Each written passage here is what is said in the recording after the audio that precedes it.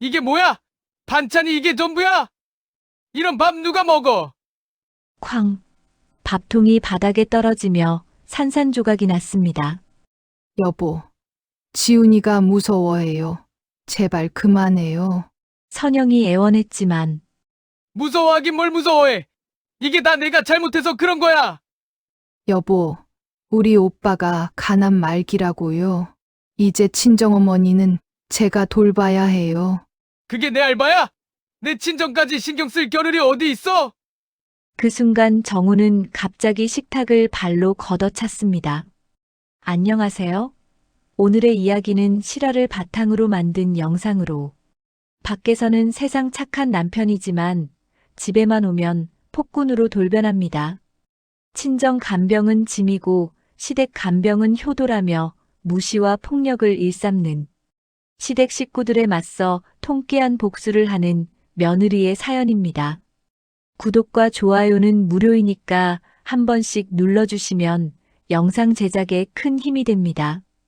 김선영은 오늘도 미용실 문을 열면서 깊은 한숨을 내쉬었습니다. 54이라는 나이가 무색할 정도로 단단한 체격의 선영은 이 작은 동네에서 15년째 미용실을 운영하고 있었습니다. 가게 간판에 적힌 선영 미용실이라는 글씨가 세월의 흔적으로 바래져 있었지만 선영의 손놀림만큼은 여전히 빠르고 정확했습니다. 선영 씨, 오늘도 일찍 나왔네요. 옆집 슈퍼마켓 사장이 인사를 건넸습니다.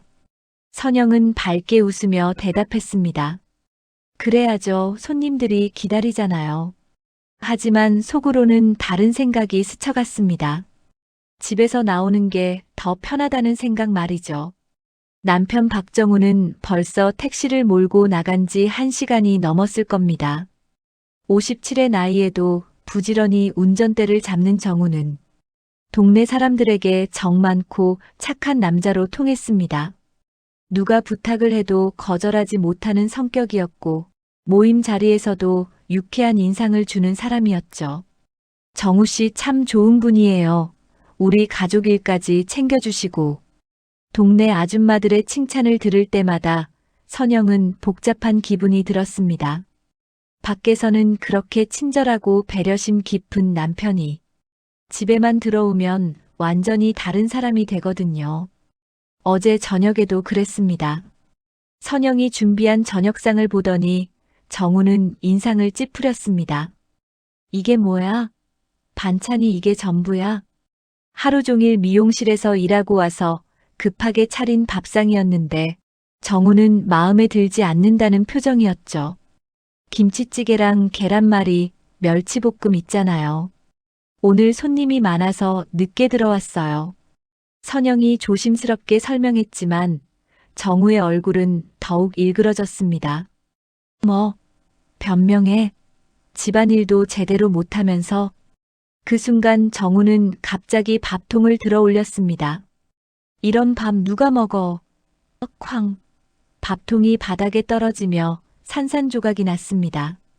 밥알과 플라스틱 조각들이 사방으로 튀었고 부엌 바닥이 엉망이 되었죠.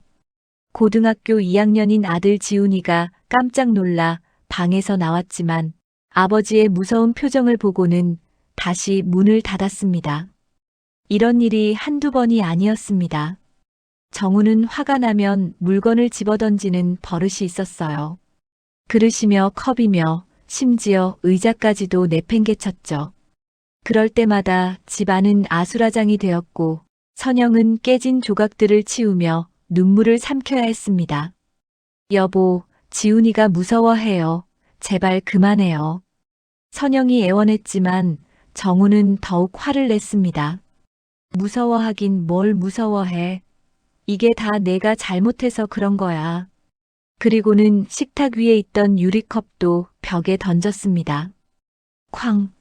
유리 조각들이 바닥에 흩어졌죠. 선영은 이런 남편의 이중적인 모습에 지쳐 있었습니다. 밖에서는 누구보다 착하고 정 많은 사람으로 평가받는 정우가 집에서만큼은 폭군이 되어버리는 거였죠.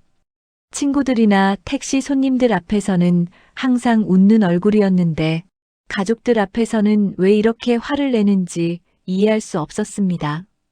더 힘든 건 이런 상황을 누구에게도 말할 수 없다는 것이었습니다. 동네 사람들은 모두 정우를 좋은 사람이라고 생각하고 있었거든요. 우리 남편이 집에서 물건을 던져요라고 말하면 누가 믿어줄까요?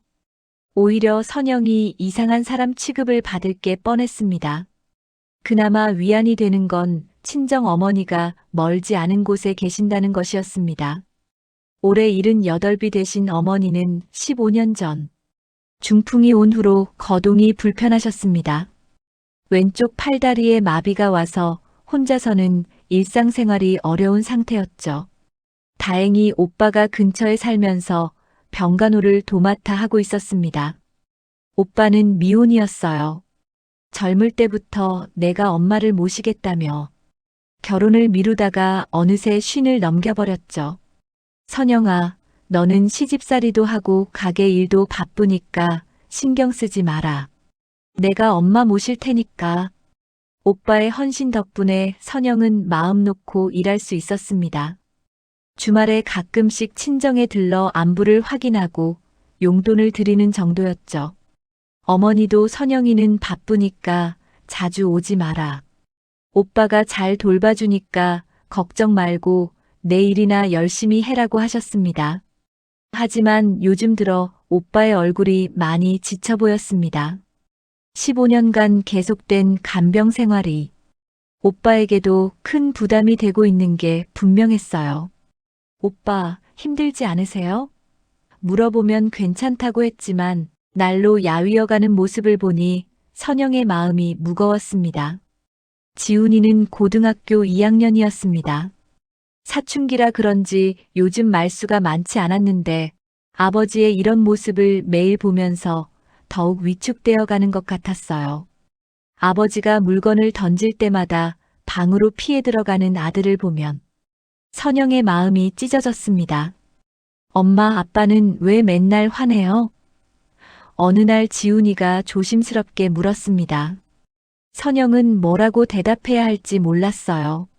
아빠도 스트레스가 많으셔서 그래, 택시 운전하느라 힘드시거든.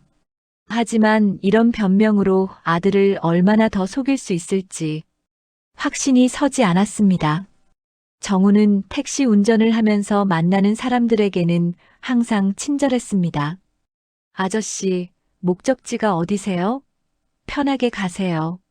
손님들과 이런저런 이야기를 나누며 즐겁게 운전하는 모습을 보면 정말 다른 사람 같았어요. 왜 가족들에게만 이렇게 다르게 구는지 선영은 이해할 수 없었습니다. 동네 모임에 나가면 정우는 인기가 많았습니다. 정우 씨, 오늘 노래 한 곡 해주세요. 사람들의 요청에 정우는 기꺼이 응했죠. 노래도 잘하고 분위기도 잘 띄우는 사람이었거든요. 역시 정우 씨, 목소리가 좋아요. 박수를 받을 때마다 정우는 환하게 웃었습니다. 하지만 그런 모임에서 집으로 돌아오면 또 다른 사람이 되었어요. 집이 왜 이렇게 어수선해? 내가 밖에서 일하고 들어왔는데 이게 뭐야? 현관문을 열자마자 시작되는 지적이었습니다. 선영이 아무리 깨끗하게 정리해둬도 트집을 잡을 거리를 찾아내는 게 정우의 특기였죠. 이런 이중적인 생활이 20년 가까이 계속되었습니다. 선영은 점점 지쳐갔지만 어떻게 해야 할지 몰랐어요.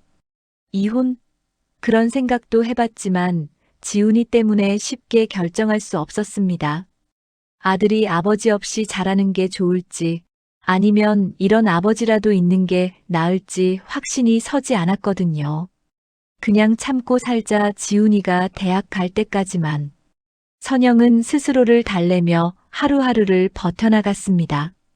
미용실 일에 집중하면서 위안을 찾으려고 노력했죠. 손님들과 이야기를 나누며 웃을 때만큼은 잠시나마 행복함을 느낄 수 있었습니다. 하지만 이런 평화로워 보이는 일상은 사실 위장된 것에 불과했습니다. 겉으로는 평범한 가정처럼 보였지만 속으로는 매일 폭풍이 몰아치고 있었어요. 언제까지 이런 생활을 계속할 수 있을지 언제까지 참고 견딜 수 있을지 선영은 알 수 없었습니다. 그리고 운명의 날이 다가오고 있었습니다. 그날은 평소와 다름없이 시작되었습니다. 선영은 미용실에서 단골 손님의 파마를 하고 있었죠. 선영 씨, 요즘 얼굴이 좀 어두워 보이는데 괜찮아요? 손님의 걱정스러운 목소리에 선영은 억지로 웃음을 지었습니다. 괜찮아요. 요즘 좀 바빠서 그래요. 오후 3시쯤이었을까요? 갑자기 핸드폰이 울렸습니다. 병원에서 걸려온 전화였어요. 가족분이신가요? 김영수 환자분이 응급실로 실려왔는데 빨리 오셔야 할 것 같습니다. 오빠 이름을 듣는 순간 선영의 손에서 드라이어가 떨어졌습니다. 죄송해요. 급한 일이 생겨서. 손님에게 사과하며 선영은 서둘러 미용실 문을 잠갔습니다. 택시를 타고 병원으로 향하는 동안 가슴이 두근거렸어요. 오빠에게 무슨 일이 생긴 걸까요? 15년 동안 어머니를 돌보느라 자신의 건강은 뒷전으로 밀어둔 오빠였는데 응급실에 도착했을 때 오빠는 의식을 잃은 채 침대에 누워 있었습니다. 의사 선생님, 우리 오빠가 어떻게 된 건가요? 선영은 다급하게 물었습니다. 의사는 심각한 표정으로 말했어요. 진료를 받던 중에 갑자기 쓰러지셨습니다. 혈액 검사 결과를 보니까 간이 많이 안 좋네요. 말기입니다. 의사의 말에 선영은 눈앞이 캄캄해졌습니다. 간경화가 상당히 진행된 상태라고 했어요. 오랫동안 과로와 스트레스에 시달리면서 술로 하루를 마무리하는 생활이 반복되다 보니 간이 망가진 거였죠. 얼마나 심각한 건가요? 선영의 목소리가 떨렸습니다. 수술이 필요한 상황입니다. 하지만 워낙 늦게 발견되어서 최선을 다해보겠지만 쉽지 않을 것 같습니다. 의사의 말은 마치 사형 선고 같았어요. 오빠가 깨어난 건 그날 밤늦은 시간이었습니다. 선영아 엄마는 의식을 되찾자마자 오빠가 걱정한 건 어머니였어요. 걱정 마세요. 제가 돌볼게요. 오빠는 치료부터 받으세요. 하지만 오빠는 고개를 저었습니다. 안 돼, 엄마는 내가 돌봐야 해. 그날 밤 집에 돌아와서 선영은 남편에게 상황을 설명했습니다. 울먹이는 목소리로 오빠의 병세와 앞으로 어떻게 해야 할지 모르겠다고 털어놓았죠. 하지만 정우에게서 돌아온 대답은 너무나 차가웠습니다. 시어머니도 아프신데 내 친정은 알아서 하라. 정우는 마치 남의 일인 것처럼 무심하게 말했어요. 선영은 귀를 의심했습니다. 여보, 우리 오빠가 간암 말기라고요. 이제 친정어머니는 제가 돌봐야 해요. 그게 내 알바야? 시어머니 모시기도 바쁜데 내 친정까지 신경 쓸 겨를이 어디 있어? 정우의 목소리가 점점 거세졌습니다. 너는 며느리 역할도 제대로 못하면서 친정만 챙기려고 하는구나. 선영은 이해할 수 없었어요. 시어머니는 건강하시고 삼형제가 모두 근처에 살고 있는데 친정어머니는 중풍으로 거동도 불편하시고 이제 돌볼 사람이 자신뿐인 상황인데도 정우는 전혀 이해하려 하지 않았습니다. 여보, 제발 이해해줘요. 오빠가 쓰러진 지금 어머니를 돌볼 사람은 저밖에 없어요. 선영이 간절하게 말했지만 정우는 더욱 화를 냈어요. 이해? 뭘 이해해? 내가 시어머니한테는 언제 그렇게 신경 썼어? 그 순간 정우는 갑자기 식탁을 발로 걷어찼습니다. 쾅! 밥상이 뒤집어지면서 그릇들이 바닥에 떨어져 깨졌어요. 김치찌개가 사방으로 튀면서 바닥이 엉망이 되었죠. 이런 식으로 살 거면 아예 나가버려. 지훈이가 놀라서 방에서 나왔지만 아버지의 무서운 모습을 보고는 다시 문을 닫았습니다. 선영은 떨리는 손으로 깨진 그릇 조각들을 주우면서 생각했어요. 이 사람은 정말 밖에서만 좋은 사람이구나. 다음 날부터 선영의 고된 나날이 시작되었습니다. 오전에는 미용실 일을 하고 오후에는 병원에서 오빠를 돌보고 저녁에는 친정 어머니를 돌봐야 했어요. 어머니는 오빠가 입원했다는 소식에 큰 충격을 받으셨습니다. 내 아들이 아파서 누워 있는데 내가 뭘 할 수 있나? 어머니는 하루 종일 울기만 하셨어요. 중풍으로 말씀도 어눌하신데 오빠 걱정에 더욱 말이 꼬이셨죠. 선영아, 오빠는 괜찮겠지? 괜찮아져요. 어머니 의사 선생님이 최선을 다한다고 하셨어요. 선영은 어머니를 안심시키려고 했지만 사실은 자신도 불안하기만 했어요.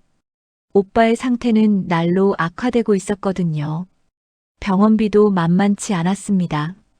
간이식 수술을 받으려면 엄청난 돈이 필요하다고 했어요. 미용실 수입으로는 턱없이 부족했죠. 선영은 적금을 깨고 보험을 해약해서 병원비를 마련했습니다. 그런 선영의 모습을 본 정우는 더욱 화를 냈어요. 너 지금 우리 돈으로 친정 병원비 대고 있는 거야? 여보, 다른 방법이 없어요. 오빠가 죽을 수도 있다고요. 그럼 죽든지 말든지 알아서 하라고. 왜 우리가 책임져야 해? 정우의 말은 날로 더 독해졌습니다. 친정에서 돈 뜯어가려고 작정한 거지. 시어머니한테는 용돈도 제대로 안 드리면서 사실 시어머니는 연금도 받으시고 삼형제가 돌아가며 용돈을 드리고 있었는데 정우는 마치 선영이 시어머니를 소홀히 한다는 식으로 몰아갔어요. 어느 날 저녁 선영이 병원에서 돌아와 늦은 저녁을 준비하고 있을 때였습니다. 정우가 시어머니와 통화를 하는 소리가 들렸어요. 네, 어머니 선영이가 친정만 챙기고 있어요. 저희는 안중에도 없어요. 뭐라고요? 병원비로 얼마나 썼다고요? 어머니, 정말 말이 안 되죠. 며느리가 그러면 안 되는데. 시어머니와의 통화 내용을 들으니 선영의 가슴이 답답해졌어요. 정우는 시어머니에게 자신의 상황만 하소연하고 친정의 급박한 상황은 전혀 설명하지 않고 있었습니다. 통화를 마친 정우는 선영에게 다가와 소리쳤어요. 어머니가 뭐라고 하시는지 알아? 내가 며느리 도리를 안 한다고 하시더라. 여보, 제가 언제 시어머니를 소홀히 했어요?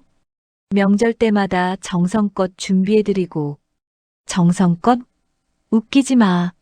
어머니가 편찮으시다고 하셔도 병문안 한 번 제대로 안 가면서. 정우의 말은 점점 억지가 되어갔어요. 시어머니는 감기 정도로 앓으셨을 뿐인데 마치 큰 병이라도 되는 것처럼 과장하고 있었습니다. 그날 밤도 집안은 아수라장이 되었어요. 정우는 화가 나면 또 물건을 집어던졌거든요. 이번에는 꽃병을 벽에 던져서 산산조각을 냈습니다. 이렇게 살 거면 이혼해버려. 정우의 고함 소리에 지훈이는 방에서 나오지도 못했어요. 선영은 깨진 꽃병 조각을 치우면서 눈물을 흘렸습니다. 오빠는 생사의 갈림길에 서 있고 어머니는 충격으로 건강이 더 악화되고 있는데 남편은 전혀 이해해주지 않았어요. 오히려 이런 상황을 이용해서 자신을 더 괴롭히고 있었습니다. 이 사람은 정말 가족이 맞나? 선영은 의문이 들기 시작했어요. 아픈 가족을 돌보는 게 당연한 일인데 왜 정우는 그것조차 이해하지 못하는 걸까요?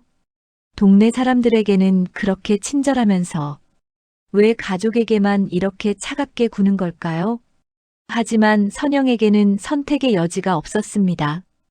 오빠와 어머니를 포기할 수는 없었거든요.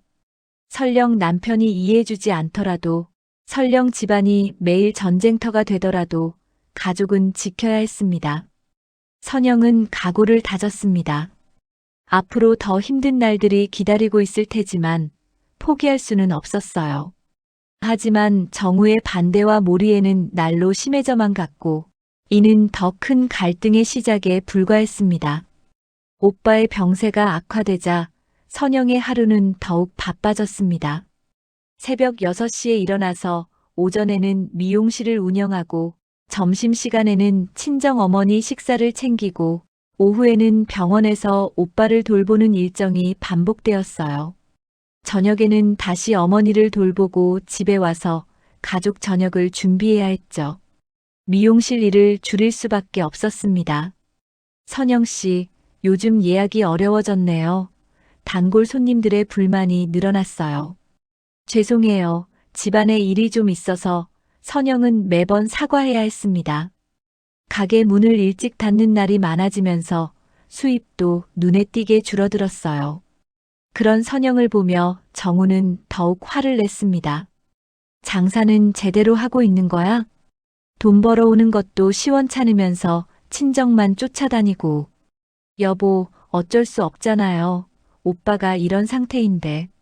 그게 우리랑 무슨 상관이야? 내 오빠 일은 내가 알아서 하라고. 그때마다 시어머니에게서 전화가 걸려왔습니다. 너는 그 시간에 우리 집 와서 나 좀 챙겨줘야지. 친정은 끝도 없는 구덩이야. 시어머니의 목소리에는 불만이 가득했어요. 며느리가 시어머니보다 친정을 더 챙기는 법이 어디 있니? 정우도 어김없이 시어머니 편에서 선영을 몰아붙였습니다. 어머니 말씀이 맞아. 내가 너무 친정만 챙기고 있어. 우리는 안중에도 없고. 여보, 오빠가 죽어가고 있다고요. 어머니는 중풍으로 혼자서는 아무것도 못하시는데. 제가 안 돌보면 누가 돌봐요? 그런 건 나 몰라. 시어머니부터 제대로 모셔야지. 정우는 선영의 절박한 상황을 전혀 이해하려 하지 않았어요. 내가 며느리 노릇을 제대로 했으면 어머니가 이런 말씀도 안 하셨을 거야. 모든 책임을 선영에게 떠넘기고 있었습니다. 어느 날 오후 선영이 병원에서 돌아와 저녁 준비를 하고 있을 때였습니다. 정우가 평소보다 일찍 들어와서는 또 트집을 잡기 시작했어요. 집이 왜 이렇게 어수선해? 청소는 언제 했어? 빨래는 왜 안 개었어? 오늘 오빠 수술 날짜 잡혔어요. 다음 주 화요일에 간이식 수술을 받는데요. 선영이 조심스럽게 말을 꺼냈지만 정우는 듣기 싫다는 표정이었어요. 또 병원 얘기야?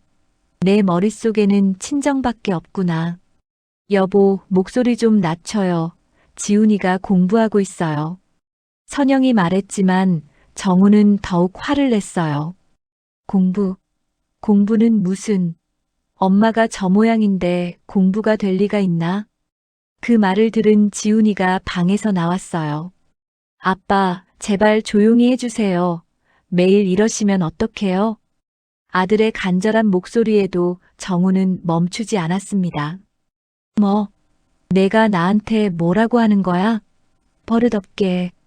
여보, 아이한테 왜 그래요? 선영이 아들을 감싸려 하자 정우는 더욱 흥분했어요. 이것 봐. 애까지 나한테 대드는구나. 이게 다 내가 잘못 가르친 거야. 그러더니 갑자기 거실 테이블 위에 있던 물컵을 집어들었습니다. 쾅! 물컵이 벽에 부딪히며 깨졌어요. 물과 유리 조각들이 사방으로 튀었죠. 지훈이는 깜짝 놀라 뒤로 물러났고 선영은 아들을 보호하려고 앞에 섰습니다. 여보, 제발 그만해요. 하지만 정우는 멈추지 않았어요. 이번에는 식탁 위에 놓여있던 접시들을 밀어서 바닥에 떨어뜨렸습니다. 쾅, 쾅. 그릇들이 깨지는 소리가 집안에 울려 퍼졌어요. 이런 식으로 살 거면 아예 나가버려. 지훈이는 무서워서 다시 방으로 뛰어들어가 문을 잠갔습니다. 선영은 혼자서 깨진 그릇 조각들을 치우면서 눈물을 삼켰어요. 왜 하필 이런 상황에서 남편이 더욱 괴롭히는 걸까요? 다음 날부터 정우의 폭언은 더욱 심해졌습니다. 내 친정 때문에 우리 집안이 망가지고 있어. 돈은 돈대로 나가고 집안일은 엉망이고. 여보, 다른 방법이 없어요. 오빠가 간이식까지 받아야 한다고 해요. 간이식? 그런 거 받을 돈이 어디 있어? 우리가 은행이야? 정우는 아예 친정일에 돈을 쓰는 것 자체를 막으려 했어요. 적금 더 깨면 안 돼. 지훈이 대학 등록금은 어떻게 할 거야? 선영은 진퇴양난이었습니다. 오빠를 살리려면 돈이 필요한데 정우는 한 푼도 쓰지 말라고 했어요. 결국 선영은 몰래 보험을 해약하고 대출까지 받아서 병원비를 마련했습니다. 이 사실을 안 정우는 완전히 폭발했어요. 너 지금 내 몰래 대출까지 받은 거야? 미쳤구나, 정말. 그날 밤은 그야말로 아수라장이었습니다. 정우는 화가 나면 손에 닿는 모든 걸 집어던졌거든요. 밥통, 그릇, 화분, 심지어 의자까지 집안이 완전히 엉망이 되었어요. 이 집에서 나가. 내 친정이랑 같이 살아.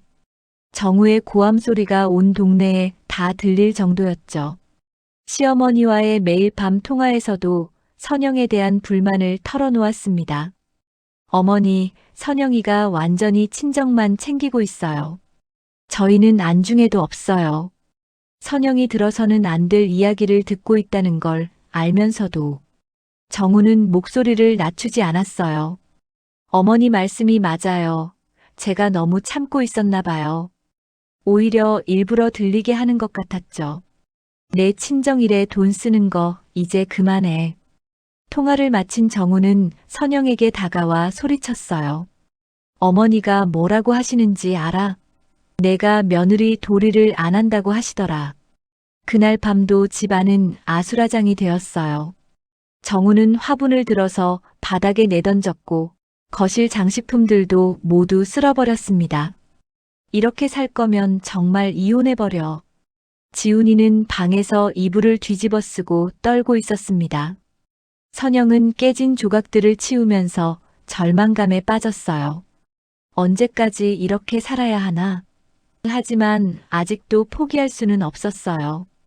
오빠의 수술만 잘 되면 모든 게 나아질 거라고 믿고 싶었거든요. 하지만 현실은 선영의 기대와는 정반대로 흘러가고 있었습니다. 오빠가 세상을 떠난 날은 비가 내리고 있었습니다. 간이식 수술을 받았지만 결국 합병증으로 한 달을 버티지 못했어요. 선영은 오빠의 마지막을 지키며 눈물을 흘렸습니다. 오빠, 정말 수고 많으셨어요. 이제 편히 쉬세요. 장례식장에서 선영이 가장 먼저 한 일은 남편에게 전화하는 것이었어요. 여보, 오빠가 방금 돌아가셨어요. 목이 메어 제대로 말이 나오지 않았습니다. 하지만 정우의 대답은 예상대로 차가웠어요. 그래. 알겠어. 나는 택시 일 있어서 못 가. 정우는 마치 남의 일인 것처럼 무덤덤하게 말했습니다. 여보, 장례식인데. 내가 뭘 어떻게 해? 너희 친정일은 너희끼리 알아서 하라고 했잖아. 선영은 전화를 끊고 한참을 멍하니 서 있었어요. 20년을 함께 산 남편이 이렇게 냉정할 수 있는 건가요? 오빠가 돌아가신 이 순간에도 택시 일이 더 중요하다는 건가요? 더 충격적인 건 시댁 식구들의 반응이었습니다. 시어머니에게 부고 연락을 드렸는데 돌아온 말은 예상 밖이었어요. 그래, 고생 끝났네. 이제라도 며느리 일에 집중해야지. 조의금은커녕 위로의 말 한마디도 없었습니다. 정우의 형들도 마찬가지였어요. 정우가 갈 필요 있나? 처가 상해 사위가 뭘 해. 시댁 식구들에게 선영의 오빠는 그저 처가 사람일 뿐이었어요. 15년 동안 어머니를 돌본 오빠의 헌신도 선영 가족이 겪은 고통도 전혀 이해하려 하지 않았습니다. 결국 장례식장에 시댁 식구는 단 한 명도 오지 않았습니다. 조문객들이 사위분은 어디 계세요? 라고 물어볼 때마다 선영은 일이 있어서 못 왔어요 라고 둘러댔어요. 하지만 속으로는 부끄럽고 서러웠습니다. 정우는 그날도 택시를 몰고 술손님을 태우고 있었어요. 아저씨, 오늘 기분이 안 좋아 보이시는데 무슨 일 있으세요? 손님이 물어봤지만 정우는 별일 없어요라고 답했습니다. 처남이 돌아간 날인데도 남의 일처럼 느껴졌거든요. 오빠의 장례를 치르고 나니 친정 어머니의 상태가 급격히 악화되었습니다. 유일한 아들을 잃은 충격으로 말도 제대로 못하시게 되었어요.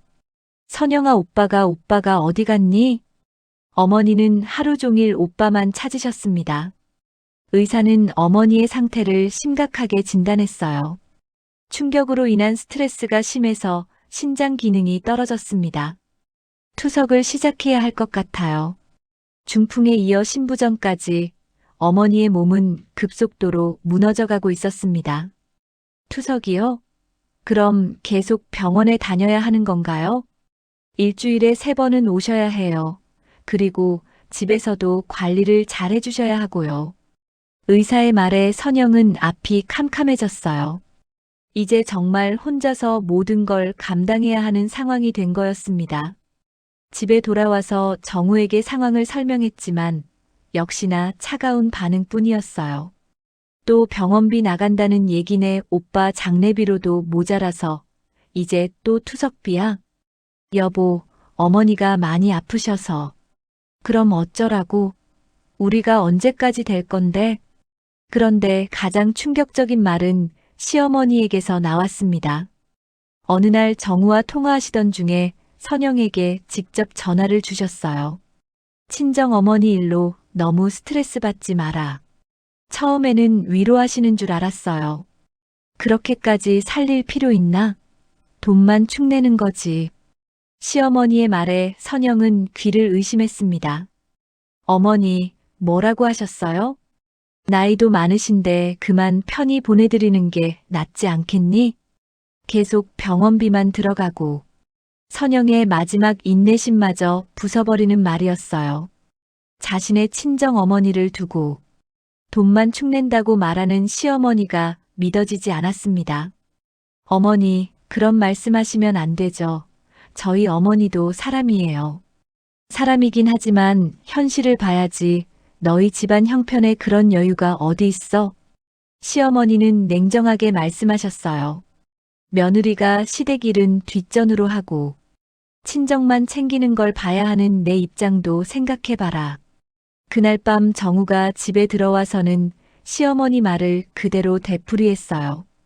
어머니 말씀이 맞아. 친정 어머니를 언제까지 그렇게 돌볼 건데? 우리 살림 생각은 안 해? 여보, 저희 어머니인데 어떻게 포기해요? 포기하라는 게 아니야. 현실적으로 생각하라고. 정우의 말은 시어머니와 똑같았어요. 병원비로 우리 적금 다 깨고 대출까지 받고 이제 지훈이 대학 갈 돈도 없어졌어. 모든 책임을 친정어머니 병원비 때문이라고 돌렸습니다. 그럼 어떻게 하라는 거예요? 어머니를 그냥 버리라는 말이에요? 선영이 목소리를 높이자 정우는 더욱 화를 냈어요. 버리라는 게 아니라 적당히 하라고. 시어머니도 아프신데 친정만 챙기고. 사실 시어머니는 건강하셨어요. 가끔 감기 정도 앓으실 뿐이었죠. 하지만 정우는 마치 시어머니가 중병이라도 앓고 계신 것처럼 말했습니다. 어머니가 혈압약 드시는 것도 모르고 친정만 쫓아다니고 있어. 그날부터 집안 분위기는 더욱 험악해졌어요. 선영이 친정어머니 투석을 위해 병원에 갈 때마다 정우는 불만을 표시했습니다. 또 병원 가? 미용실 일은 언제 제대로 할 거야? 일주일에 3번은 가야 한다고 의사가. 의사 말만 들으면 뭐해? 돈은 누가 벌어와? 정우는 선영이 친정일로 미용실을 자주 비우는 것을 못마땅해 했어요. 손님들이 다 떨어져 나가고 있어. 이러다가 가게 문 닫는 거 아니야?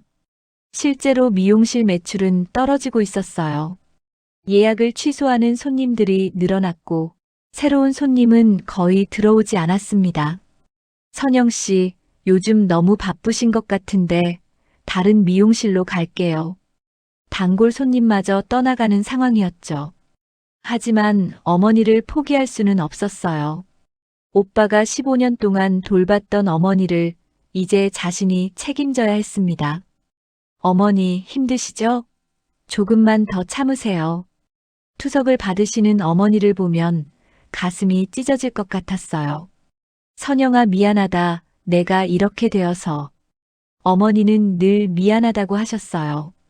무슨 말씀이세요? 당연한 일이에요. 하지만 선영도 한계에 다다르고 있었습니다. 육체적으로도 정신적으로도 경제적으로도 모든 게 버거웠어요. 정우는 그런 선영을 보며 더욱 압박했습니다. 이제 정말 한계야. 친정일은 그만하고 우리 가정부터 챙겨. 여보, 조금만 더 기다려주세요. 어머니 상태가 안정되면. 언제까지? 1년? 2년? 평생 이렇게 살 거야? 시어머니의 압박도 계속되었어요. 며느리가 친정만 챙기고 시댁은 뒷전이니 우리가 무슨 죄를 지었나 싶어.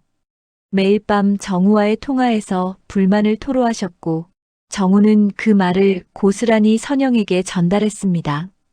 선영은 사면초가에 빠진 기분이었어요. 어디에서도 이해받지 못했고 어디에서도 위로받을 수 없었습니다. 가장 힘든 시기에 가장 외로웠어요. 하지만 더 큰 시련은 아직 시작되지도 않았습니다. 병간호와 가게 일 시댁 구박이 겹치면서 집안 분위기는 날로 악화되었습니다.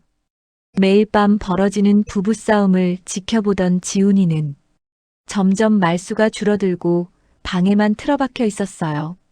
아들의 그런 모습을 보는 게 선영은 가장 마음 아팠습니다. 지훈아, 저녁 먹어라. 선영이 방문을 두드려도 대답이 없었어요. 싫어요. 배 안 고파요. 아들의 목소리는 점점 작아져만 갔습니다.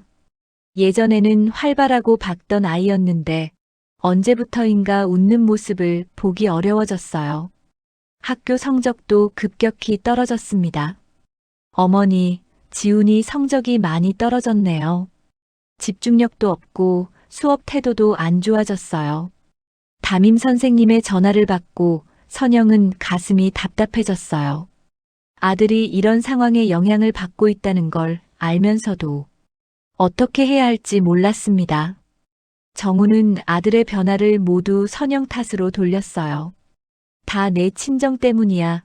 내가 맨날 병원 쫓아다니느라. 애 돌보기를 소홀히 해서 그런 거야. 여보, 제가 어쩔 수 없잖아요. 어머니를 돌볼 사람이 저밖에. 변명 그만해. 애가 저렇게 되는 것도 모르고. 어느 날 오후 선영이 친정어머니 투석을 마치고 집에 돌아왔을 때였습니다. 지훈이의 방문이 안에서 잠겨 있었어요.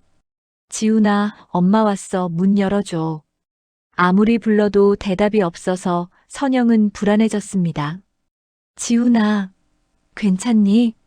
선영이 더 크게 부르자 그제야 문이 열렸어요. 지훈이는 눈이 빨갛게 부어 있었고 한쪽 손목을 다른 손으로 감싸쥐고 있었습니다. 지훈아, 왜 울었어? 손목은 왜 그래? 엄마, 저 정말 힘들어요. 지훈이의 목소리가 떨렸어요. 매일 아빠랑 엄마가 싸우는 소리 듣기 싫어요. 학교에서도 집중이 안 돼요. 아들의 고백에 선영의 가슴이 찢어질 것 같았습니다. 엄마, 이렇게 사느니 그냥 없어지고 싶어요. 지훈이의 말에 선영은 깜짝 놀랐어요. 지훈아, 무슨 소리야? 그런 말하면 안 돼. 하지만 아들의 표정은 진지했습니다. 정말로 한계에 다다른 것 같았어요. 그날 밤 선영은 정우에게 아들의 상태에 대해 심각하게 이야기했습니다. 여보, 지훈이가 많이 힘들어해요. 우리가 너무 자주 싸워서. 하지만 정우는 또 다른 반응을 보였어요. 그럼 내가 친정일 그만하면 되잖아. 지훈이를 위해서라도 분위기 좀 바꿔봐요. 아이가 무너지고 있어요. 선영이 간절하게 말했지만 정우는 들으려 하지 않았어요. 무너지긴 뭘 무너져? 그냥 공부 안 하려고 핑계대는 거야.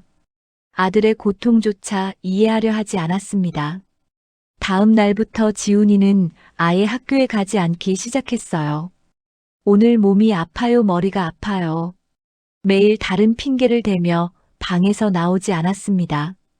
담임 선생님에게서 결석 관련 전화가 오기 시작했어요. 어머니, 지훈이가 일주일째 학교에 안 나와요. 무슨 일이 있나요? 선영은 어떻게 설명해야 할지 몰랐어요. 집안에 좀 어려운 일이 있어서 그래도 학교는 나와야죠. 이러다가 출석 일수 부족으로 문제가 될 수 있어요. 선영이 아들을 설득해봤지만 지훈이는 고개만 저었어요. 엄마, 저 정말 학교 가기 싫어요. 친구들한테도 말 못하겠고 공부도 안 돼요. 아들의 말에서 깊은 절망감이 느껴졌습니다. 결국 선영은 지훈이를 데리고 정신과를 찾았습니다. 학생이 우울증 증세를 보이고 있네요. 가정 환경의 스트레스가 주원인인 것 같습니다.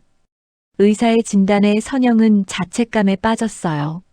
자신이 아들을 이렇게 만든 것 같았거든요. 상담 치료와 약물 치료를 병행해야 할 것 같습니다. 그리고 가정 환경을 개선하는 것이 가장 중요해요. 의사는 지훈이의 상태가 심각하다고 말했습니다. 지금 상태로는 학교 적응이 어려울 수 있어요. 지훈이는 결국 학교를 자퇴하게 되었습니다. 선생님, 죄송합니다. 아이가 너무 힘들어해서. 자퇴서를 제출하면서 선영은 눈물이 났어요. 아들의 미래가 무너져가는 것 같았습니다.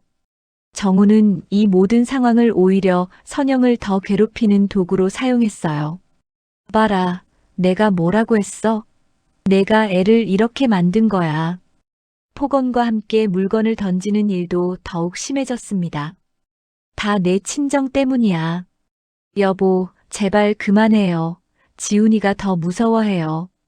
선영이 말했지만 정우는 멈추지 않았어요. 무서워하게 만든 게 누구야? 내가 집안을 이렇게 만들어 놓고. 그러더니 또 밥그릇을 바닥에 던졌습니다. 지훈이는 이런 모습을 보며 더욱 위축되어 갔어요. 정신과 상담을 받기 시작했지만 쉽게 나아지지 않았습니다. 집에서 안정감을 느끼지 못하면 치료 효과가 떨어져요. 상담사의 말에 선영은 절망감을 느꼈습니다. 시어머니와 정우는 지훈이의 상태조차 친정 탓으로 돌렸어요. 며느리가 친정 일에만 신경 쓰느라 애 돌보기를 소환히 해서 그런 거야. 그러니까 말이에요. 엄마가 맨날 없으니까 애가 삐뚤어진 거죠. 선영은 모든 게 자신 때문인 것 같아 괴로웠어요. 친정 어머니를 돌보는 것도 포기할 수 없고 아들의 상태도 걱정되고 남편의 폭언도 견디기 어려웠습니다. 어디서부터 어떻게 풀어야 할지 막막했어요. 엄마, 우리 언제까지 이렇게 살아야 해요? 어느 날 지훈이가 조용히 물었습니다. 아빠는 왜 맨날 화내고 엄마는 왜 맨날 힘들어해요? 아들의 질문에 선영은 대답할 말이 없었어요. 그날 밤 선영은 혼자 앉아서 생각했습니다. 이대로는 안 되겠다. 아들까지 망가뜨릴 수는 없어. 하지만 어떻게 해야 할지는 여전히 막막했어요. 모든 것이 무너져가는 상황에서 선영은 마지막 희망의 끈을 붙잡으려 애썼습니다. 지훈이가 학교를 자퇴하고 정신과 치료를 받기 시작한 지 한 달이 지났습니다. 상담을 받으면서 아들은 조금씩 마음을 열기 시작했어요. 선생님, 저희 집은 매일 전쟁 같아요. 아빠가 화나면 물건을 던지고 엄마는 맨날 울어요. 상담사는 선영에게도 별도 상담을 권했습니다. 어머님도 상당한 스트레스를 받고 계시는 것 같아요. 가정환경 개선을 위해서는 어머님의 변화도 필요합니다. 선영은 처음으로 자신의 상황을 객관적으로 들여다보게 되었어요. 이렇게 살면 나도 아들도 죽는다. 어느 날 밤 또다시 정우가 화분을 던지며 소리를 지르는 모습을 보면서 선영은 번쩍 깨달았습니다. 이대로는 정말 모든 게 끝나버릴 것 같았어요. 아들의 미래도 자신의 인생도 모두 망가져버릴 거였습니다. 다음 날 선영은 용기를 내어 법무법인을 찾았습니다. 변호사님, 이혼 상담을 받고 싶어요. 평생 생각해 본 적 없던 일이었지만 더 이상 참을 수 없었어요. 남편이 가정폭력을 행사하고 아들이 정신과 치료를 받을 정도로 상황이 심각해요. 증거가 있으신가요? 병원 진료 기록이나 폭력 현장 사진 같은 거요. 변호사의 질문에 선영은 지훈이의 정신과 치료 기록과 상담사 소견서를 보여줬어요. 이것만으로도 충분한 증거가 됩니다. 가정폭력으로 인한 정신적 피해가 명백히 드러나네요. 집으로 돌아오는 길에 선영은 결심을 굳혔습니다. 이제 정말 나와 아들을 위해 살아야겠다. 그동안은 남편 눈치, 시어머니 눈치만 보며 살았는데 이제는 자신의 인생을 되찾을 때가 되었어요. 이혼 절차를 밟기 시작했습니다. 처음에 정우는 완강히 거부했어요. 이혼? 절대 안 돼. 우리 집안에 이혼한 사람은 없어. 하지만 지훈이의 정신과 치료 기록과 가정폭력 증거들이 제시되자 상황이 달라졌습니다. 정우 씨, 이제는 정말 끝이에요. 더 이상 아들을 이런 환경에서 키울 수 없어요. 선영은 단호하게 말했습니다. 지훈이가 얼마나 힘들어하는지 아세요? 학교도 그만두고 정신과 치료까지 받고 있는데도 모르겠어요? 시어머니는 며느리가 이혼을 요구한다는 소식에 크게 화를 내셨어요. 이 못된 년이 남편을 버리고 어디 가서 살 생각이야? 하지만 선영은 더 이상 시어머니의 말에 위축되지 않았어요. 어머니, 저도 제 인생이 있어요. 법원에서 조정 절차를 거치면서 이혼 조건들을 정해나갔습니다. 지훈이의 양육권은 선영이 갖기로 하고 재산 분할과 위자료 문제도 합의점을 찾아갔어요. 정우도 지훈이의 상태를 보고는 더 이상 반대할 수 없었습니다. 엄마, 정말 이혼하는 거예요? 지훈이가 조심스럽게 물었어요. 그래, 지훈아, 이제 우리끼리 평화롭게 살자. 저는 좋아요. 아빠랑 있으면 무서웠어요. 아들의 솔직한 고백에 선영은 자신의 선택이 옳았다는 확신을 얻었어요. 이혼이 성립된 후 집안 분위기는 확연히 달라졌습니다. 더 이상 정우의 폭언도 물건 던지는 소리도 없었어요. 지훈이는 그런 변화를 가장 먼저 느꼈습니다. 엄마, 집이 정말 조용해졌어요. 이제 무서워하지 않아도 되는 거죠? 그래, 이제 아무도 우리를 괴롭히지 않아. 선영은 아들을 꼭 안아주었어요. 그동안 얼마나 무서웠을까 생각하니 가슴이 아팠지만 이제는 달랐습니다. 정말 평화로운 일상이 시작된 거였어요. 정신과 상담도 계속 받았습니다. 어머님, 지훈이 상태가 많이 좋아졌어요. 가정 환경이 안정되니까 확실히 다르네요. 상담사의 말에 선영은 안도했어요. 이제 검정고시 준비도 시작할 수 있을 것 같아요. 지훈이도 희망을 품기 시작했어요. 엄마, 저 검정고시 준비해 볼까요? 대학도 가고 싶어요. 물론이지, 엄마가 학원비 댈 수 있어. 정말요? 그럼 저 열심히 공부할게요. 하지만 경제적인 부담은 여전했습니다. 혼자서 생활비를 벌어야 하고 지훈이 학원비에 친정어머니 투석비까지. 미용실 수입만으로는 빠듯했어요. 선영은 사업을 확장해야겠다고 결심했습니다. 이제 정말 제대로 해봐야겠어. 선영은 미용실을 둘러보며 계획을 세웠어요. 그동안은 친정일과 가정 갈등 때문에 소홀했던 사업에 본격적으로 집중할 때가 되었습니다. 먼저 과감하게 대출을 받아서 미용실을 리모델링하기로 했어요. 엄마, 괜찮아요? 돈 많이 들 텐데. 지훈이가 걱정했지만 선영은 자신 있었어요. 괜찮아, 엄마를 믿어봐.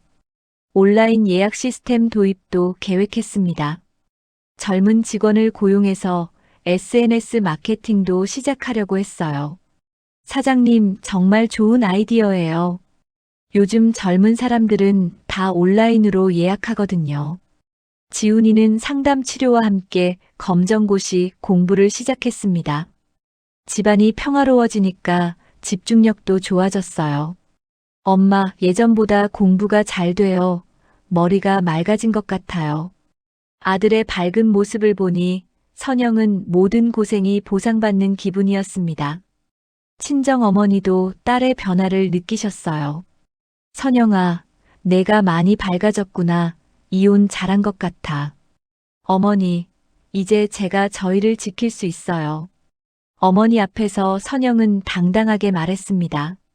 동네 사람들의 시선이 걱정되기도 했지만 생각보다 반응이 나쁘지 않았어요. 선영 씨, 혼자 사는 게 어때요? 훨씬 좋아요. 스트레스도 없고 아들도 밝아졌어요. 솔직하게 답하니 사람들도 이해해주는 분위기였습니다. 이혼 후 3달이 지나자 변화는 더욱 뚜렷해졌어요. 지훈이는 웃음을 되찾았고 친구들과도 다시 어울리기 시작했습니다. 엄마, 오늘 친구들이랑 영화 보러 가도 돼요? 오랜만에 듣는 아들의 밝은 목소리였어요. 그래, 가서 재미있게 놀아와. 선영은 흐뭇하게 아들을 보내주었어요. 정말 오랜만에 보는 평범한 일상이었습니다. 아들이 친구들과 놀러 가는 게 이렇게 소중하게 느껴질 줄 몰랐어요.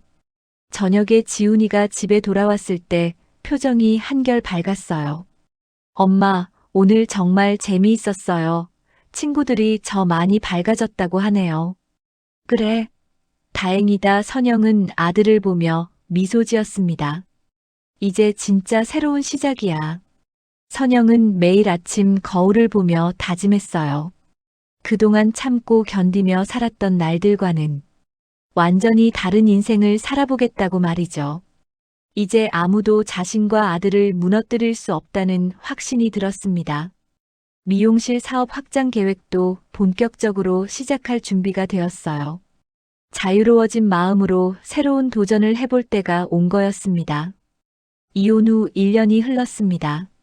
선영의 미용실은 이제 동네에서 가장 인기 있는 헤어샵이 되었어요. 과감한 리모델링과 온라인 예약 시스템, SNS 마케팅 덕분에 젊은 층 고객들이 대거 유입되었고 매출은 예전의 3배까지 늘어났습니다. 선영 헤어샵 간판도 새로 달고 직원도 4명까지 늘렸어요. 사장님, 이번 달 매출이 또 신기록이에요. 막내 직원이 신나게 보고했습니다. 선영은 뿌듯한 미소를 지었어요. 1년 전만 해도 상상할 수 없었던 일이었거든요. 그때는 친정 일 때문에 가게 문 닫는 날이 많아서 손님들이 떠나갔는데 지금은 예약 잡기가 어려울 정도였으니까요. 지훈이도 검정고시에 합격하고 대학 진학을 준비하고 있었어요. 정신과 상담을 꾸준히 받으면서 완전히 다른 아이가 되었습니다. 밝고 적극적인 모습으로 변했고 미용실 일도 가끔 도와주며 희망찬 미래를 그리고 있었어요. 엄마, 제가 대학 가면 경영학 전공해서 나중에 엄마 사업 도와드릴게요. 친정 어머니의 상태도 안정되었어요. 꾸준한 투석 치료 덕분에 건강이 많이 회복되셨고 선영도 마음의 여유가 생기면서 더 세심하게 돌볼 수 있게 되었습니다. 선영아, 내가 이혼하고 나서 오히려 더 밝아졌구나. 그때 결정 잘한 것 같아. 동네 사람들의 평가도 달라졌어요. 선영 씨, 혼자 사업하시는데 정말 대단하시네요. 이혼하길 잘하셨어요. 예전에는 맨날 우울해 보이시더니 지금은 완전 달라지셨어요. 사람들의 응원과 격려가 선영에게 큰 힘이 되었습니다. 그런데 어느 날 저녁 미용실 문을 닫고 정리하고 있을 때였습니다. 밖에서 소란스러운 소리가 들렸어요. 창문으로 내다보니 술에 취한 정우가 시어머니와 함께 서 있었습니다. 정우의 얼굴은 빨갛게 달아올라 있었고 걸음걸이도 비틀거렸어요. 선영아, 나왔다. 정우가 큰 소리로 외쳤습니다. 선영은 가슴이 덜컥 내려앉았어요. 이혼한 지 1년이 넘었는데 갑자기 왜 나타난 걸까요? 시어머니도 함께 온 걸 보니 뭔가 계획적인 것 같았어요. 선영은 조심스럽게 문을 열었습니다. 정우 씨, 왜 왔어요? 시어머니도 정우 씨라고? 아직도 그렇게 부르나? 정우는 술 냄새를 풍기며 다가왔어요. 시어머니는 팔짱을 끼고 선영을 노려봤습니다. 며느리가 참 잘났네. 혼자 사업해서 돈 벌었다고 남편까지 버리고. 시어머니의 목소리에는 분노가 섞여 있었어요. 우리가 뭐 그렇게 잘못했다고 이혼까지 했니? 여전히 자신들의 잘못은 인정하지 않고 있었습니다. 정우는 미용실 안을 둘러보며 감탄했어요. 와, 여기 좀 봐. 완전 달라졌네. 돈 많이 벌었나 보네. 그러더니 갑자기 표정이 바뀌었습니다. 그런데 말이야, 나 좀 도와줄 수 없을까? 뭘 도와드려요? 선영이 차갑게 물었어요. 정우는 머뭇거리더니 본심을 드러냈습니다. 사실은 돈 좀 빌려줘. 나 지금 어려워. 결국 돈 때문에 온 거였어요. 사업 망해서 빚이 좀 있어. 너 요즘 잘 나간다며? 좀 도와줘. 정우는 애원하듯 말했습니다. 우리 사이가 어떻든 지훈이 아버지 아니야. 그 정도는 해줄 수 있잖아. 시어머니도 거들었어요. 그래, 아무리 이혼했어도 인정은 있어야지. 지훈이 아버지가 어려우면 도와주는 게 당연하잖니? 둘 다 선영이 예전처럼 순진하게 도와줄 거라고 생각하고 있었어요. 정우야, 이제 와서 뭘 원해? 선영은 차갑게 물었어요. 1년 전만 해도 무서워했던 남편이 이제는 그저 한심해 보였습니다. 돈이 필요하면 당신이 벌어요. 저희와는 상관없는 일이에요. 정우는 예상과 다른 선영의 반응에 당황했어요. 야, 우리가 완전 남남이야? 지훈이 아버지인데. 법적으로는 아버지지만 실질적으로는 남이에요. 선영의 단호한 말에 정우는 화가 났습니다. 내가 뭔데 나한테 이런 식으로 나와? 내가 누군지 모르나? 정우는 예전 습관대로 큰 소리를 내며 위협했어요. 하지만 선영은 전혀 위축되지 않았습니다. 정우 씨, 지금은 1년 전과 달라요. 더 이상 그런 식으로는 안 통해요. 시어머니가 거들었어요. 이 며느리가 완전히 건방져졌구나. 이혼했다고 이래도 되는 거야? 전 이미 며느리 아니에요. 그리고 건방진 게 아니라 당당한 거예요. 선영의 말에 시어머니는 기가 막혔다는 표정을 지었어요. 정우가 마지막 카드를 꺼냈어요. 나 환갑이잖아. 너랑 아들 잔치 좀 크게 해주라. 정우의 환갑이 한 달 후였어요. 가족들 다 부르고 체면 좀 세워달라고 술 취한 목소리로 애원하듯 말했습니다. 선영은 잠시 웃음을 터뜨렸습니다. 정말 뻔뻔하다는 생각이 들었어요. 1년 동안 가족을 괴롭히고 이혼까지 한마당에 환갑잔치를 해달라니. 정우 씨, 난 이제 내 잔치만 챙기며 살아요. 뭐라고? 정우는 귀를 의심했어요. 내 환갑인데 뭔 소리야? 시어머니도 깜짝 놀랐습니다. 선영아, 아무리 그래도 그런 말까지 하니? 시어머니 간병은 효도, 친정엄마 간병은 짐이라 했던 그 입. 선영이 차갑게 말했어요. 이제 내가 책임져. 정우는 할 말을 잃었습니다. 자신이 했던 말들이 고스란히 돌아온 거였어요. 시어머니가 끼어들었어요. 이 며느리가 정말 어른 공경할 줄도 모르고. 하지만 선영은 더 이상 듣고 있을 이유가 없었어요. 어머니, 정우 씨, 이제 가세요. 더 이상 할 말 없어요. 선영아, 제발 좀. 정우가 마지막으로 애원했지만 선영의 마음은 이미 굳어 있었어요. 정우 씨, 당신이 저희에게 했던 일들 기억해요? 이제 와서 도움을 청한다는 게 말이 돼요? 그리고는 미용실 문을 닫았습니다. 정우와 시어머니는 밖에서 한참 소리를 지르며 욕을 했지만 선영은 신경 쓰지 않았어요. 창밖으로 보니 동네 사람들이 구경하고 있었지만 그것도 상관없었습니다. 엄마, 괜찮으세요? 뒤에서 지훈이의 목소리가 들렸어요. 언제 온 건지 아들이 걱정스러운 표정으로 서 있었습니다. 괜찮아. 지훈아, 아무것도 아니야. 아빠가 또 왔군요. 무서우셨죠? 아니야, 이제는 전혀 무섭지 않아. 선영은 정말로 그랬어요. 예전의 공포는 온데간데 없이 사라졌고 오히려 당당함만 남았습니다. 선영은 거울 앞에 서서 자신을 바라봤어요. 1년 전과는 완전히 다른 사람이 되어 있었습니다. 자신감 있고 당당한 모습이었어요. 이제 정말 끝났구나. 긴 터널을 지나 드디어 완전한 자유를 얻은 기분이었습니다. 밖에서는 여전히 정우와 시어머니의 목소리가 들렸지만 선영에게는 그저 바람 소리처럼 들릴 뿐이었어요. 진짜 인생의 절정은 이제부터였습니다. 5년이 흘렀습니다. 선영의 사업은 이제 전국 규모로 확장되었어요. 선영 뷰티그룹이라는 이름으로 미용실 체인점 20곳과 미용학원 5곳, 그리고 자체 화장품 브랜드까지 론칭한 상태였습니다.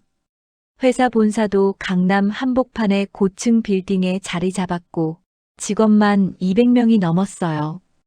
회장님, 이번 분기 매출이 연 100억을 돌파했습니다. 경영진이 신나게 보고했습니다. 선영은 이제 회장 타이틀을 달고 있었어요. 몇 년 전만 해도 작은 동네 미용실 사장이었는데 지금은 업계를 대표하는 여성 기업인이 되어 있었습니다. 지훈이는 대학을 졸업하고 바로 글로벌 기업에 입사해서 2년 만에 팀장으로 승진했어요. 25살의 나이에 이런 고속 승진을 한 것은 회사 역사상 최연소 기록이었습니다. 해외 프로젝트를 성공적으로 이끌면서 회사 내에서 인정받는 핵심 인재가 되었어요. 친정 어머니는 여전히 건강하게 지내고 계셨어요. 최고급 요양병원에서 VIP 케어를 받으며 편안한 노후를 보내고 계셨습니다. 선영이 매주 찾아뵙고 필요한 건 무엇이든 해드릴 수 있을 만큼 경제적 여유가 넘쳤어요. 선영아, 내가 이렇게까지 성공할 줄 누가 알았겠니? 정말 자랑스럽다. 선영은 이제 각종 경제 방송과 여성 리더십 포럼에 단골로 출연하는 유명 인사가 되었어요. 져서 포기하지 않는 여자의 힘은 베스트셀러가 되었고 전국 강연 요청이 끊이지 않았습니다. 사회적으로도 인정받는 성공한 기업인이었어요. 그런 어느 날 오후 선영이 강남 본사에서 임원 회의를 마치고 나오는데 비서가 다가왔어요. 회장님, 밖에 고급차가 와 있고 젊은 남성분이 찾으신다고 하는데요. 선영이 로비로 내려가니 반짝이는 최신형 외제차가 서 있었습니다. 차에서 내린 건 완벽한 수트를 입은 훤칠한 청년이었어요. 선글라스를 벗자 익숙하면서도 많이 성숙해진 얼굴이 드러났습니다. 지훈이. 선영은 깜짝 놀라며 달려갔어요. 아들이 예고 없이 찾아온 거였습니다. 엄마, 깜짝 선물이에요. 지훈이의 얼굴에는 환한 미소가 가득했어요. 저 해외 프로젝트가 대성공해서 특별 보너스를 받았어요. 그리고 승진도 확정됐고요. 회사에서 지훈이의 능력을 인정해서 최연소 부장으로 승진시킨 거였습니다. 정말 우리 아들이 부장이라고? 선영은 믿기지 않아 했어요. 25살에 대기업 부장이 되다니. 엄마, 이제 제가 정말로 엄마를 지켜드릴 수 있어요. 더 이상 혼자 고생하지 마세요. 지훈이는 어머니에게 특별한 선물을 준비해 왔어요. 엄마, 이거 보세요. 그가 꺼낸 건 자동차 키였습니다. 엄마 차 바꿔드렸어요. 성공한 회장님이 타기에 어울리는 차로요. 밖에 서 있던 건 최신형 고급 세단이었어요. 지훈아, 이런 비싼 걸. 선영이 놀라자 지훈이는 웃으며 말했어요. 엄마, 제 보너스가 상당했어요. 이 정도는 괜찮아요. 엄마가 저에게 해주신 걸 생각하면 아직도 부족해요. 그날 저녁 모자는 서울에서 가장 고급스러운 호텔 레스토랑에서 저녁을 먹었어요. 미슐랭 가이드에 실린 레스토랑에서 코스 요리를 즐기면서 그동안의 이야기를 나눴습니다. 엄마, 정말 존경해요. 아무것도 없던 상황에서 이 모든 걸 이뤄내시다니. 너도 마찬가지야. 그때 그 힘들던 시절을 견뎌낸 우리 아들이 이렇게 성공하다니. 선영의 목소리에는 감격이 섞여 있었어요. 우리 둘 다 포기하지 않았으니까 가능한 일이었어. 지훈이는 어머니께 또 다른 소식을 전했어요. 엄마, 그리고 저 연인이 생겼어요. 정말? 어떤 사람이야? 같은 회사 동료인데 정말 좋은 사람이에요. 똑똑하고 착해요. 언제 소개시켜 줄 거야? 조만간 엄마께 인사드리게 할게요. 엄마를 꼭 뵙고 싶다고 하더라고요. 지훈이의 행복한 모습을 보니 선영도 기뻤어요. 아들이 좋은 사람을 만나서 행복하게 살 수 있게 된 거였습니다. 그 순간 선영의 핸드폰이 울렸습니다. 발신자를 보니 몇 년 만에 보는 번호였어요. 정우였습니다. 지훈이의 성공과 선영의 사업 성과가 언론에 나오면서 연락한 게 분명했습니다. 선영은 지훈이를 바라보며 미소를 지은 후 전화를 받았습니다. 나 돈이 필요해. 사업도 잘 되고 있는데 조금 나눠줄 수 있잖아. 정우의 목소리는 여전히 뻔뻔했어요. 지훈이가 그렇게 성공했으면 아버지 체면도 세워줘야지. 다른 사람들한테 무시당하고 있어. 선영은 웃음을 터뜨렸습니다. 정우 씨, 이제 내 잔치만 챙기며 살아요. 그 말을 들은 정우는 화를 냈어요. 야, 내가 지훈이 아버지인데. 아들이 그렇게 성공한 것도 내 교육 덕분이야. 지훈이가 어머니에게서 전화기를 받았어요. 누구세요? 차갑고 정중한 목소리였습니다. 지훈아, 아버지야. 아버지가 얼마나. 죄송하지만 저는 아버지라고 부를 분이 없어요. 잘못 거신 것 같네요. 뭐? 내가 아버지한테 그런 식으로 말해? 정우는 당황했어요. 제가 누구 덕분에 성공했는지 잘 알고 있어요. 엄마 한 분 덕분이에요. 지훈이의 단호한 말에 정우는 할 말을 잃었습니다. 다시는 연락하지 마세요. 저희는 저희끼리 행복하게 잘 살고 있으니까요. 지훈이는 정중하지만 단호하게 말하고 전화를 끊었어요. 선영은 아들의 의젓한 모습에 뿌듯했습니다. 잘했어, 지훈아. 엄마, 이제 그런 사람들 생각하지 마세요. 저희는 저희 행복한 인생 살면 돼요.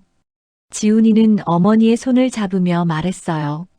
그들은 호텔 최고층에서 서울의 화려한 야경을 바라봤어요. 한강이 반짝이고 있었고 도시 전체가 불빛으로 가득했습니다. 그 불빛 사이로 선영 뷰티그룹의 간판들도 여러 곳에서 빛나고 있었어요.